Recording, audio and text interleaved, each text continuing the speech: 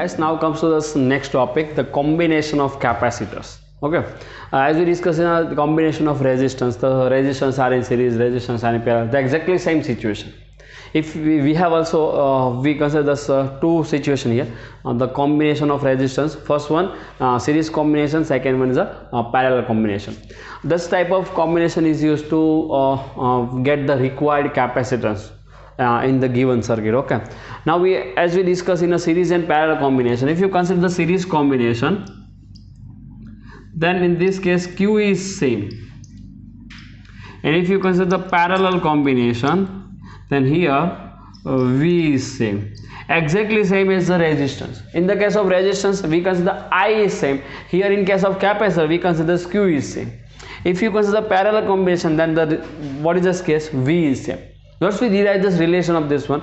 So this type of combination is called a series combination. So let's consider the first capacitance C1, second capacitance C2, and this whole combination connect to the battery having a voltage V. तो मान लो कि यहाँ पे this Q charge is flow through here, so that is a plus Q minus Q plus Q minus Q. Okay, if you consider this is the Q1 and that is a Q2, then in case of series combination Q1 is equal to Q2 is equal to what? Q must be the same.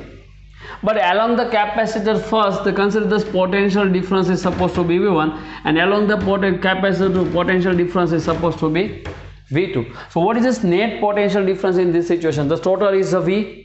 So here potential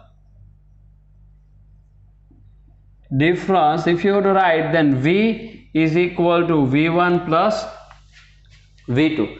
If you replace this whole combination with the single one, then V equal to C equivalence. और आपने इस पूरे combination को एक C equivalence से replace किया, इसमें मान लो C series, you just can suppose it is what? C series, then this Q does not change. यहाँ पे कितना चार्ज फ्लो होना चाहिए? Q. So that is plus Q, here it is minus Q. So this is called equivalence resistance. Okay, sorry, equivalence capacitance, and the potential difference is again what? V. So what you have to write this V? So you just put this value here. So as we know Q is equal to CV, then V is equal to what? Q by C. So what is V? Q upon the C equivalence. So it means C series is equal to what is V1? The Q upon this potential is what? Sorry, capacitance C1. So that is a Q upon C1 plus Q upon C2. So Q is cancelled out. It means 1 upon C series is equal to 1 upon C1 plus 1 upon C2. So that is the equivalence capacitance in case of a series combination. If there is a n capacitor, then you write this answer, 1 upon C series is equal to 1 upon C1 plus 1 upon C2 plus 2 plus 1 upon Cn. आप ऐसा लिख सकते हैं, ठीक है. So this is the equivalence capacitance in a series combination. If this n identical capacitance, then what? N identical capacitance आपको अगर find करना है identical, then CS is equal to C by N. Directly you just use this equation as we derived in a resistance case.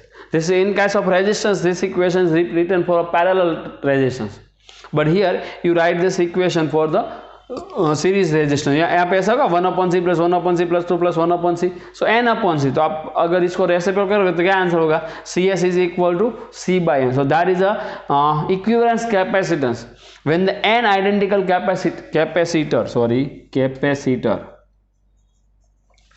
and identical capacitor are connected in a series. You just get this answer. But you remember this special case when the two capacitors are in parallel. Two capacitor are in series. Two capacitors are in series. ये आपको special case याद रखना है. यहाँ पे to capacitor का equation है, तो इसमें से CS क्या हो जाएगा? C1 plus C2 upon C1 C2, उसका रेसिप्रोकल ले लो तो C सीरीज का आंसर आता है C1 C2 upon C1 plus C2. This is a special case as we write the same equation in terms of resistance in case of parallel resistance. Okay, so this is one. And see here this capacitance is decreases. So when you connect the different capacitor are in series, the net capacitance is decreases. So here this is the minimum capacitance. This is what? Minimum capacitance of the circuit. अगर आपको capacitance minimum चाहिए तो जितने भी capacitor आपके पास है उसको series में रखना चाहिए, तो फिर आपको मिनिमम कैपेसिटेंस मिलेगा. ठीक है. So that is the first case. Now comes to the second case, parallel combination of the capacitor. So this type of situation. So in the case of parallel combination V is same. So यहाँ पे आप लिख सकते हो कि V1 is equal to V2 is equal to क्या हो जाएगा? V. मान लो कि यहाँ पे चार्ज जो है वो Q2 है, यहाँ पे चार्ज जो है Q1 है. यहाँ से कितना चार्ज फ्लो हो रहा है? Q. अगर आपने इस पूरी सर्किट को एक सिंगल कैपेसिटर से रिप्लेस किया C से, C parallel is equal to C equivalence, और आपने सेम बैटरी से कनेक्ट किया V, तो यहाँ पे कितना चार्ज फ्लो होना चाहिए? Q चार्ज फ्लो होना चाहिए. सेम चार्ज यहाँ से अगर फ्लो होता है तो आप इसको आइडेंटिकल बोल सकते हैं. ठीक है. तो इस केस में आपका आंसर क्या हो जाएगा? सिंपल केस हो जाएगा. देखो यहाँ पे total charge, you just write the answer for a total charge, then Q is equal to Q1 plus Q2. Now what is Q? Generally Q is written as a CV. So Q is equal to what? C equivalence into V is equal to Q1 is what? C1 into V plus Q2 is what? C2 into V. V तो same है, यहाँ पे charge Q1 है, यहाँ पे charge Q2 है, तो V cancel out हो गया. C equivalence की जगह पे रख दो C पैरेलल, तो C parallel is equal to C1 plus C2. Simple equation. अगर n कैपेसिटर है तो if you just connect the n capacitor, then parallel में आंसर होगा C1 plus C2 plus 2 plus Cn. Okay. और n identical capacitor है तो n identical capacitor, तो फिर C plus C n times, तो आंसर क्या हो जाएगा? C पैरेलल में n से हो जाएगा. सो यहाँ पे मिनिमम कैपेसिटेंस आपको मिलता है. So in parallel you get the maximum capacitance. So if you want to maximum capacitance, you must be connect the all capacitor are in parallel. Okay. Now here you just write the answer for the special case. CS is C by N, CP is NC. So if you just take the multiplication ratio, then what is the product? Product of CS N C P. ऐसा कोई MCQ कभी कभी आपको आएगा. ठीक है. सो product होगा आपका C S into C P. करो चलो. So C S into C P is equal to, that is C by N, here it is N C. So C by N into N C, N cancel out, तो C S into C P का answer आता है C square. और similar way the ratio of C P and CV, तो answer क्या होगा? CP upon CV. CP मतलब C maximum और CV मतलब C मिनिमम. ओके. तो इसमें NC रखो, divide by C by N करो, C cancel, the denominator comes to numerator. So N into N क्या हो जाएगा? N square. So this is the one additional notes you must be write. This type of questions sometime may be asking in examination, so you just write this topic in additional note, this one. Okay, so you get this answer.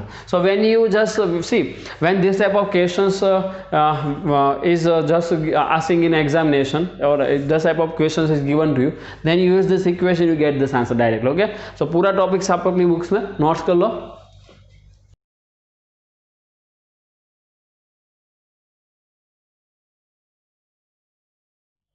Okay guys, let's come to this next one, the KVL and KCL in a capacitor circuit. So KVL and KCL can be useful, is as useful for any type of electrical circuit. So here in capacitor circuit you are also using this KVL and KCL.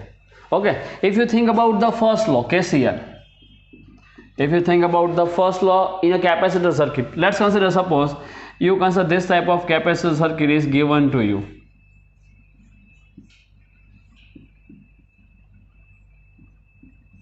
And that is what? Junction. तो यहाँ पे capacitor C1 है, C2 है, C3 है, C4 है, C5 है. So you can use the same rule here. दस on this first case, मान लो कि यहाँ पे ऐसे Q1 है, ऐसे Q2 है, यहाँ से ऐसे Q3 है, SaQ4 है और SaQ5 है, ऐसा आप मान के चलो. So at the junction net charge flow is 0, sigma Q is equal to 0 और inflow is equal to outflow. यहाँ पे भी ऐसा ही लिख सकते हो. यहाँ पे तो दो equation, the sigma Q is equal to 0 और Q in is equal to Q out. दोनों equation same as we just discuss in our Kirchhoff laws. We are write these equations. If you using this equation, then use the sign. If you using this equation, then you just write this total sum of this in charge is equal to total out charge. Okay अगर इससे आप equations को लिखना चाहते हो तो फिर यहाँ पे मान लो कि इन जो है वो पॉजिटिव है, आउट जो है नेगेटिव है, ऐसा मान के चलो. तो फिर आंसर क्या होगा, देखो यहाँ पे इस इक्वेशन में. सो Q1 इन है, सो Q1 प्लस Q2, ये आउट है तो प्लस माइनस Q3 प्लस ये आउट है और फिर minus Q4 and plus the last one in है फिर से, तो plus Q5 is equal to what 0. आप ऐसा लिख सकते हो इसमें, ठीक है. तो मतलब आपको नेगेटिव साइन के साथ इस इक्वेशन को यूज करना, यहाँ पे भी आप सेम इक्वेशन यूज कर सकते हो. क्लियर है. और केस KVL अगर आपको अप्लाई करना है तो so in the case of this capacitor circuit you can also apply this KVL law. Sigma V is equal to 0. That is algebraic summation.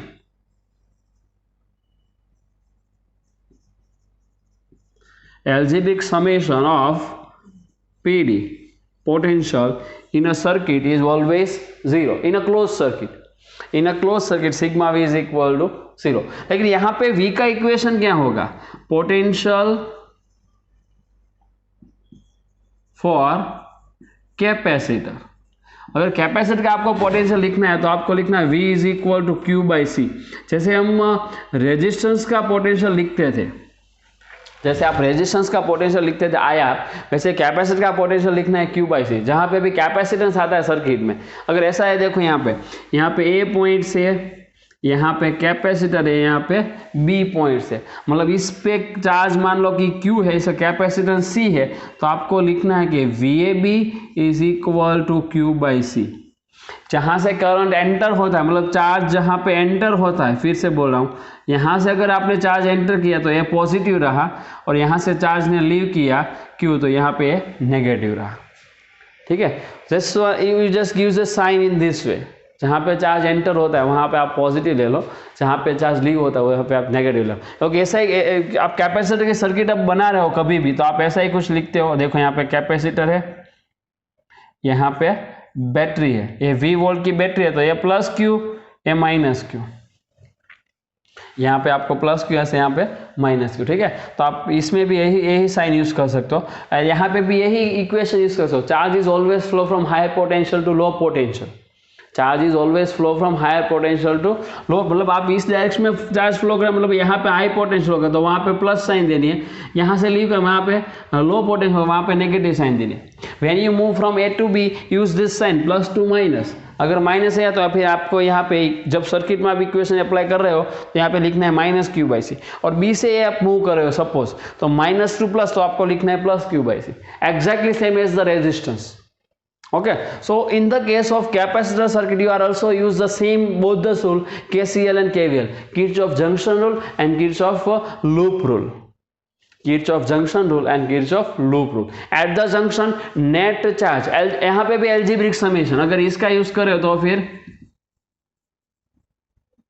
algebraic sum of charge आपको कैसा लेना है 0, और दूसरे का इक्वेशन कर यूज करे तो फिर इन और इक्वल टू आउट करना है. ठीक है. और यहाँ पे भी आपको यही करना है, algebraic sum is equal to what 0 in the close circuit. Okay. And how you apply this, C battery का पोटेंशियल तो जैसे ऐसे देना है, लेकिन कैपेसिटर का पोटेंशियल आप इस तरह से दे सकते हो. क्लियर है. तो ये टॉपिक्स नोट कर लो, उसके बाद नेक्स्ट टॉपिक पे चलते हैं.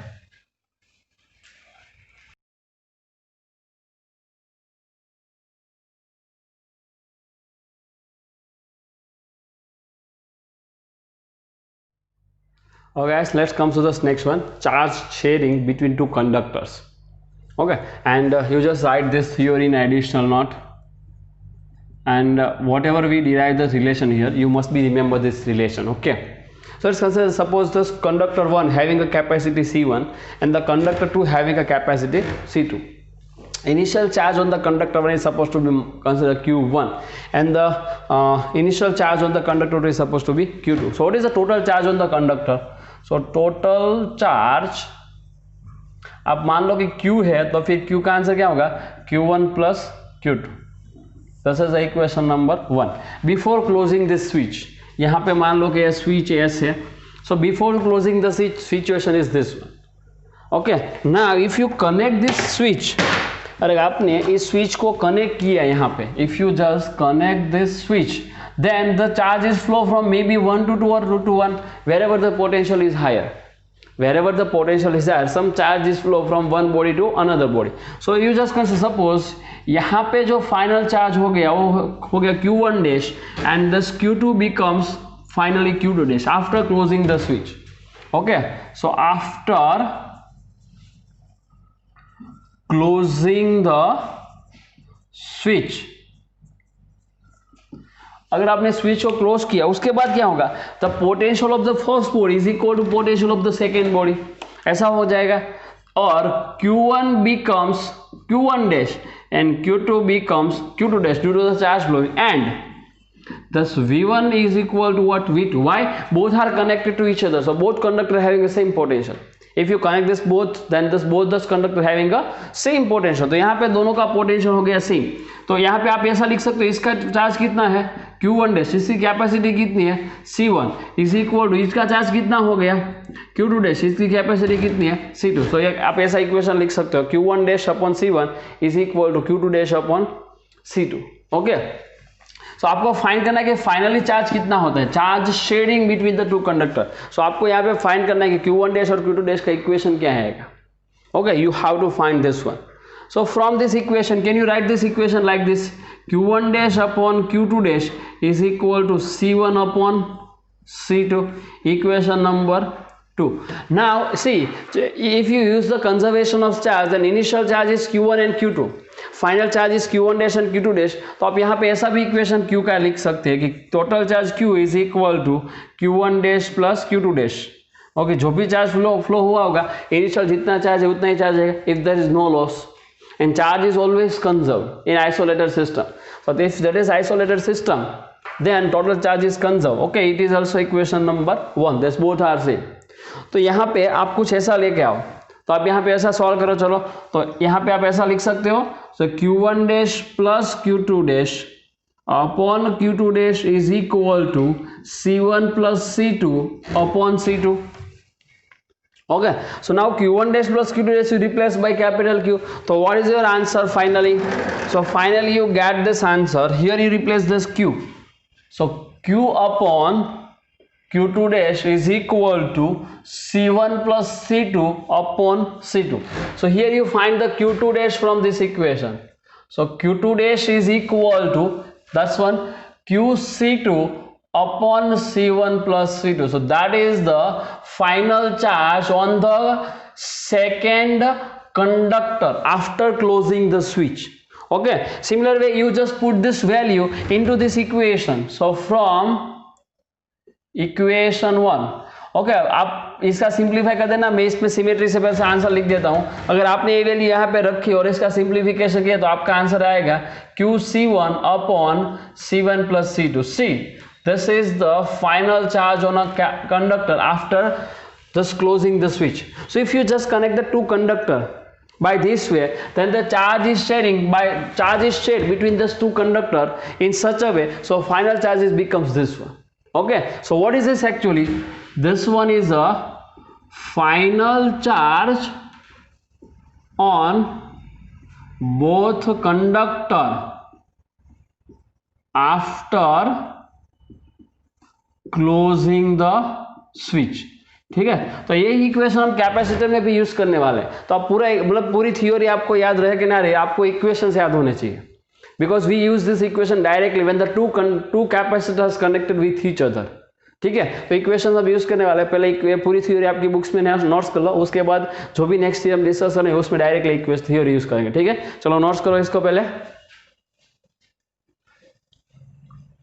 Guys, let's come to this next case. Charge sharing between two capacitor when they are connected in series and when they are connected in parallel. So you consider like this. You have a two capacitor A, B and C, D. Okay, यहाँ पे capacitor 1 C1 है, यहाँ पे C2 है. Charge on this capacitor is suppose Q1 and charge on the capacitor 2 is supposed to be Q2. If you are connect this, both are in series like this. See, this one is A, this one is B, and B is connected to C, and here it is D, and you connect this one with a battery having a voltage V. Then in series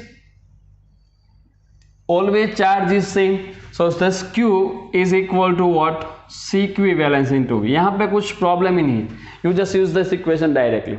What is the C equivalence here in this case? If only two capacitors are used, then C1 C2 upon C1 plus C2, 1 upon C series is equal to 1 upon C1 plus 1 upon C2. Use this equation, and V, whatever you connect this potential here. Okay, so you get this answer, the charge in series by this way. But this parallel is a special case. If you connect this two capacitor in parallel, if you connect this two capacitor in parallel in such a way, see, thus what is initial charge Q1 and Q2?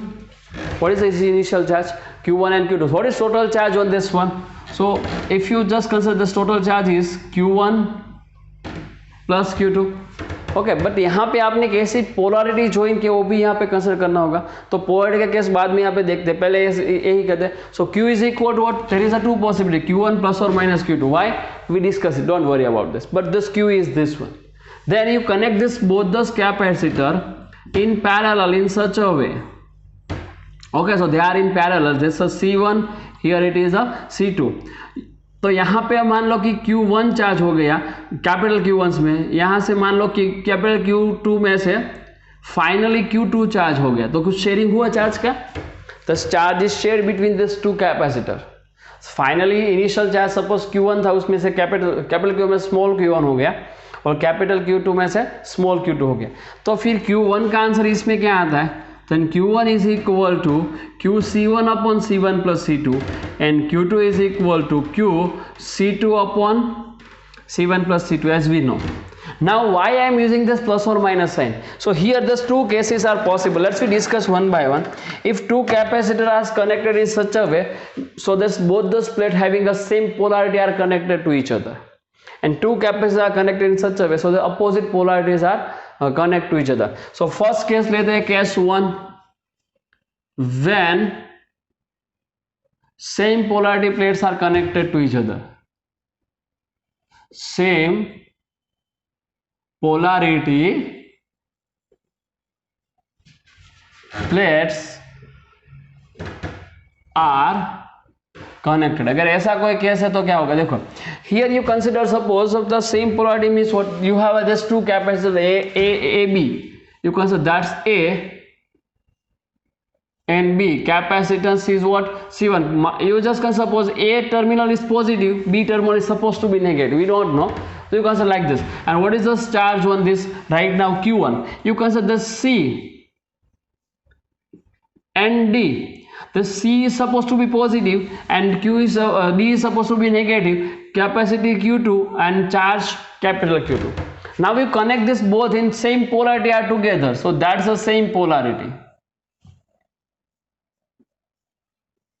Means plus minus plus A and C है, तो यहाँ पे A को आपने C के साथ connect किया, B को आपने D के साथ कनेक्ट किया. अगर आपने सेम पोलरिटी आपने ज्वाइन की है तो फिर टोटल चार्ज Q कितना हो जाएगा? Q इज इक्वल टू आ जाएगा Q1 प्लस Q2. इस केस में, इस केस में Q क्या आ जाएगा? Q1 plus Q2. Q1 का आंसर यही रहेगा, Q2 का आंसर भी यही रहेगा, कोई चीज नहीं. लेकिन ओनली यहाँ पे जो Q है वही आपको फाइंड करना है. यहाँ पे Q प्लस और minus both are possible. So if you just connect the same polarity with each other, you just gives the answer in such a way. So Q is equal to Q1 plus Q2. Okay, what is the potential difference initially potential difference आप ये लिख सकते हो. यहाँ पे देखो, V1 is equal to Q1 upon C1, और इसका पोटेंशियल डिफरेंस लिख सकते हो आप V2 is equal to Q2 upon C2. But when you are connect this both this capacitor and parallel, तो फाइनली चार्ज कितना हो जाएगा यहाँ पे? सो यहाँ पे हमने चार्ज कौन सा लिया? If you connect this one, यहाँ पे चार्ज हो गया Q1, यहाँ पे चार्ज हो गया Q2, as we know. So the equation is same. What is Q1? QC1 upon C1 plus C2. What is Q2?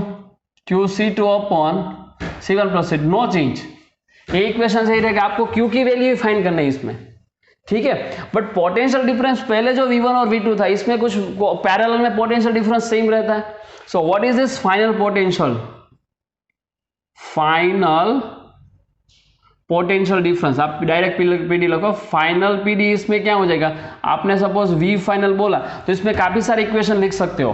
Potential यहाँ पे सेम रहता है तो ऐसा भी लिख सकते हो Q1 अपॉन C1, ऐसा भी लिख सकते हो Q2 अपॉन C2, ऐसा भी लिख सकते हो find total charge upon equivalence capacitance, total charge upon equivalence capacitance. इस केस में इक्विवेलेंस कैपेसिटेंस क्या होता है, अगर ये C1 है ये C2 है तो फिर इक्विवेलेंस कैपेसिटेंस इसमें आता है Q upon C1 plus C2। So that is the equation,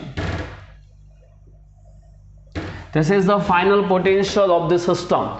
Initial potential is V1 and V2. This both are connected in such a way, then that is your answer. Okay. Now, if you just connect this both the capacitor and you forming a system, then there is some loss is possible. So, how much heat is produced during this process? So, heat produced during this process is simply given as a heat H is equal to delta U is equal to U final minus U initial। यहाँ पे क्योंकि battery तो है नहीं, सिर्फ capacitor है, तो battery को निकाल दो, हीट कितनी हो जाएगी, डेल्टा यू की जितनी, फाइनल माइनस इनिशियल। तो यू फाइनल कैसे फाइंड करना है इसमें? यू फाइनल फाइंड करने के लिए आपके पास दो इक्वेशन है। U final is equal to what, capacitor 1 की फाइनल एनर्जी, कैपेसिटर 2 की फाइनल एनर्जी। तो कैपेसिटर 1 का चार्ज कितना हुआ Q1, तो Q1 square upon 2C1 plus Q2 square upon 2C2, ऐसे भी फाइंड कर सकते हो। अगर आपके पास Q1 एंड Q2 है, इस इक्वेशन से Q1 Q2 फाइंड करो, इसमें रखो, आपको मिल जाएगा। सेकेंड आपके पास V फाइनल भी है तो आप इसमें ए भी कर सकते हो, is equal to 1/2 C equivalence into V final square. तो C इक्विवेलेंस फाइंड कर लो, V फाइनल फाइंड कर लो, आप इससे फाइनल एनर्जी भी फाइंड कर सकते हो, कोई प्रॉब्लम नहीं। तो ये दो इक्वेशन में से कोई जो भी डेटा आपके पास है उससे आप U फाइनल फाइंड करो। U इनिशियल कैसे फाइंड करनी है? तो इनिशियल कंडीशन ए है, ये फाइनल कंडीशन है, ये इनिशियल कंडीशन है, ठीक है। This is initial condition. तो इनिशियल कंडीशन में पोटेंशियल के टर्म में भी आप आंसर फाइंड कर सकते हो, क्यू के टर्म में भी आंसर फाइंड कर सकते हो। ऐसा नहीं है कि एवरी टाइम आपके पास Q1 Q2 ही होगा, कभी कभी आपके पास V1 V2 भी गिवन है, मतलब प्रॉब्लम में आता है, ठीक है। तो यहाँ पे भी दो इक्वेशन है, अगर Q1 Q2 गिवन है तो आंसर होगा Q1 square upon 2C1 plus Q2 square upon 2C2, और V1 V2 गिवन है तो फिर 1/2 C1 V1 square plus 1/2 C2 V2 square. तो U इनिशियल और U फाइनल पहले आप फाइंड कर लो और जो पूरी वैल्यू है इस इक्वेशन में रख दो, आपका आंसर हो जाएगा। सो that is the first case when the polarity of both the plates are connected in such a way, so both the plates are connected in such a way, so the same polarity plates are together. Now second case, if you just come to the second case, then here when same polarity plates are connected, here when opposite polarity plates are connected, ये second case हुआ, ठीक है। मतलब ए की polarity positive है, उसको आप negative मतलब डी से कनेक्ट करो, और बी की पोलैरिटी नेगेटिव है, उसको आप प्लस मतलब सी से कनेक्ट करो, तो अपोजिट पोलैरिटी होगी। देखो यहाँ पे मैं कनेक्ट कर रहा हूं, this one is A, this one is B, A positive B negative, वहां पे नेगेटिव कौन है, डी, तो ए को आप डी से कनेक्ट करो और बी को आप सी से कनेक्ट करो, नेगेटिव पॉजिटिव, ठीक है। तो मान लो कि अगर यहाँ पे फाइनली चार्ज हुआ Q1 और यहाँ पे फाइनली चार्ज हुआ Q2, सेम रखते हैं, लेकिन यहाँ पे कैपिटल Q फाइनली क्या हो जाएगा, कैपिटल Q इसमें रखना है Q1 माइनस Q2, इसमें कैपिटल Q ये रखना है। यहाँ पे कैपिटल Q1 प्लस Q2 क्योंकि सेम पोलैरिटी कनेक्ट किए, यहाँ पे अपोजिट पोलैरिटी कनेक्ट किए, तो फाइनल मतलब टोटल चार्ज आपको रख देना है Q1 माइनस Q2। तो फिर आपका Q1 का आंसर क्या होगा, फिर से QC1 upon C1 plus C2, Q2 का आंसर क्या होगा फिर से QC2 upon C1 plus C2, there is no change. ये दोनों इक्वेशन तो जैसे वैसे ही रहेंगे, लेकिन यहाँ पे इनिशियल पोटेंशियल तो जो है वही है, फाइनल पोटेंशियल चेंज हो जाएगा। V फाइनल आप लिख सकते हो Q1 अपॉन C1, आप ऐसा भी लिख सकते हो Q2 अपॉन C2, आप ऐसा भी लिख सकते हो कि Q अपॉन C इक्विवेलेंस, और आप ऐसा भी लिख सकते हो Q यहाँ पे क्या है Q1 प्लस Q2, और यहाँ पे क्या है Q1 माइनस Q2 अपन C इक्विवेलेंस क्या होगा C1 प्लस C2। तो ये होगा V फाइनल इस केस में, ये क्या हो जाएगा V फाइनल, फाइनल पोटेंशियल। यहाँ पे भी आप हीट प्रोड्यूस फाइंड कर सकते हो, हीट प्रोड्यूस्ड, तो हीट प्रोड्यूस में same equation H is equal to, यही इक्वेशन यूज करना है, delta U is equal to final minus initial, no change. और यहाँ पे भी फाइनल का इनिशियल का इक्वेशन तो यही रहेगा, सिर्फ चेंज क्या होता है V फाइनल, जब यहाँ पे इस इक्वेशन से फाइंड करना है, यहाँ पे इस इक्वेशन से फाइंड करना है, ठीक है। यहाँ पे जो Q1 Q2 है, स्मॉल Q1 Q2, वो इस इक्वेशन से फाइंड करना है, लेकिन इस हीट प्रोड्यूस इतनी होगी, जो इक्वेशन मैंने यहाँ पे लिखी है वही इक्वेशन आपको यहाँ लिखना है, लेकिन वैल्यू चेंज हो जाएगी। Here these values are changed. So when you connect this two capacitors in parallel, there is this type of cases are given to us. So you must be read when this type of questions are asked in an examination. You must be read how does a capacitor is connected. If it is not given in a problem statement, अगर problem ऐसा given ही नहीं है कि कैसे connect करते हैं, तो आपको यही केस लेना है। अगर ये केस है तो आपको गिवन होगा opposite polarity plates are connected to each other, ठीक है। अगर प्रॉब्लम में कुछ ऐसा गिवन नहीं है, ऐसा लिखा है कि two capacitor connected in parallel, तो फिर आपको यही केस डिस्कस करना है, एक केस पे नहीं जाना है, okay. If it is not given in a problem statement, then at that time use this first case only, you just connect the two capacitor in such a way so that same polarity plates are connected to each other. Do you understand? फिर से बोलो, अगर एक case है तो problem statement में given है, नहीं गिवन है तो यही केस आपको डिस्कस करना है, फर्स्ट केस, ओके। सो आपको यहाँ पे कोई भी इक्वेशन याद नहीं रखना है, कुछ भी नहीं, आपको थ्योरी आपको समझ के याद रखनी है, क्योंकि ये जब भी ऐसा प्रॉब्लम्स आता है तो आपको सॉल्व करना है। तो यही केस है, देखो इस तरह से आप पूरा प्रॉब्लम है वो सॉल्व कर सकते हो, ठीक है। तो पूरी थ्योरी आपकी बुक्स में अच्छी तरह से नोट्स कर लो, उसके बाद एग्जाम्पल सॉल्व करेंगे, ठीक है। नोट करो, चलो।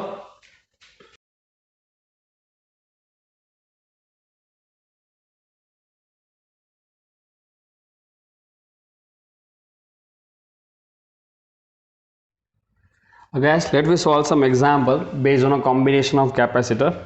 Example number 2.6 from the textbook exercise. What is the problem statement? Three capacitors, each of capacitance 9 picofarad. So three capacitor, each are same. So C1 is equal to C2 is equal to C3 is equal to C is equal to 9 picofarad is given to us, connected in series. Means this type of situation. You consider that is capacitor 1, capacitor 2, capacitor 3 connected in a series, okay, and each are C. So C1, C2, C3. First question, what is the total capacitance of the combination? तो अगर यहाँ पे आप A ले रहे हो, यहाँ पे आप B है, तो आपको फाइंड करना है कि कैपेसिटेंस है CAB is equal to what? If you consider this any capacitor in series and this all are equal, then it is C by N, as we know. So first answer हो जाएगा C equivalence, it means CAB is equal to C by N. How many capacitors are present? 1 2 3, it means it is a 3C by 3, total 9 है, तो C equivalence का answer आ जाएगा 9 by 3 means 3 picofarad. So that is our first answer. Now the second one is what? Second question, what is the potential difference across each capacitor if combination is connected to the 120 volt supply? If this combination is connected to the V is equal to 120 volt, then what you have to find here? This potential difference across each capacitor. So आपको find करना है कि यहाँ पे अगर potential V1 है, यहाँ पे V2 है, यहाँ पे V3 है, तो सेकेंड केस में फाइंड करना है V1, V2, V3 is equal to what? This question is very simple. पहले आप Q फाइंड कर लो, okay? So Q across this all capacitors are same. So what is this charge? So charge Q is equal to C equivalence into V. What is the equivalence? 3 picofarad. So this is 3 picofarad into what is V? 120. So that is 120. So 120, 12 3 is 36. So this is 360 picocoulomb. So this much of charge is flow through this circuit.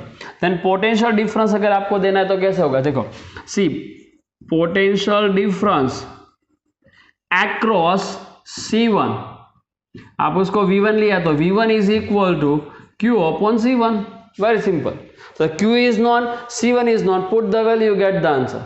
Okay. Now PD across C2, then V2 is equal to Q upon C2, and third one PD across C3, V3 is equal to Q upon C3. सभी value रख दो और आप इसका answer जो है find कर लो. Such remaining calculation is in homework. ठीक है, this is exactly similar to the resistance.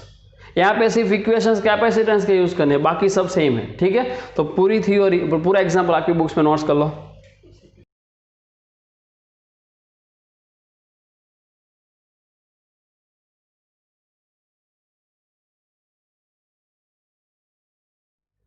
Okay, guys, comes to this next example. Example number 2.7. What is the problem statement? A 3 capacitor of 2 picofarad, 3 picofarad, and 4 picofarad are connected in parallel. So here C1 is equal to 2 picofarad, C2 is equal to 3 picofarad, and C3 is equal to 4 picofarad. Connected in parallel means in this way: C1, C2, C3 are connected in parallel. So C1, C2, C3, this type of case. तो आपको find करना है equivalence capacitance क्या होगा. So first case, so C equivalence is equal to what. So parallel में C equivalence क्या आता है answer. So C parallel is equal to C equivalence. सबका समेशन कर दो directly, C1 plus C2 plus C3. So 2 plus 3 5, 5 plus 4 9. So C equivalence हो गया 9 picofarad. Very simple. Second question भी है इसमें. Determine the charge on each capacitor, the combination is connected to 100 volt. तो यहाँ पे आपने कितने वोल्ट की बैटरी कनेक्ट की? 100 वोल्ट की. तो अगर यहाँ पे चार्ज Q1 है, यहाँ पे चार्ज Q2 है, यहाँ पे चार्ज Q3 है, तो बी केस में आपको फाइंड करना है Q1, Q2, Q3 is equal to what. Very simple question actually. So C equivalence known है, Q भी नॉन है. V across the all capacitor V is always same. V1 is equal to V2 is equal to V3. So यहाँ पे directly आप answer लिख सकते हो charge on C1. Charge on C1 अगर फाइंड करना है तो Q1 is equal to C1 into V. V तो सेम रहेगा सब में. Okay, similarly charge on C2 तो Q2 is equal to C2 into V, and charge on C3, Q3 is equal to C3 into V. Total charge चाहिए तो Q, अगर यहाँ से टोटल चार्ज Q फ्लो हो रहा है तो ये आप दो इक्वेशन से फाइंड कर सकते हैं. Q की जगह पे पैसा भी फाइंड कर सकते हैं कि Q1 plus Q2 plus Q3 additional है. ठीक है, इसमें आप इक्वेशंस नहीं, लेकिन आप इसे सॉल्व कर सकते हो. और दूसरा Q आप ऐसे भी सॉल्व कर सकते हो, C equivalence into V. Direct अगर Q चाहिए तो आप ये इक्वेशन यूज करो. अगर Q1 Q2 नॉन है तो फिर ये इक्वेशन यूज करो. ठीक है, तो दोनों इक्वेशन से आप Q को, मतलब total charge flow through this battery, you have to get this by this two equation. Okay, तो पूरा एग्जांपल आपकी बुक्स में अच्छी तरह से नोट करो. ये भी एग्जांपल एग्जैक्टली रेजिस्टेंस के जैसा ही है. ठीक है, नोट करो. चलो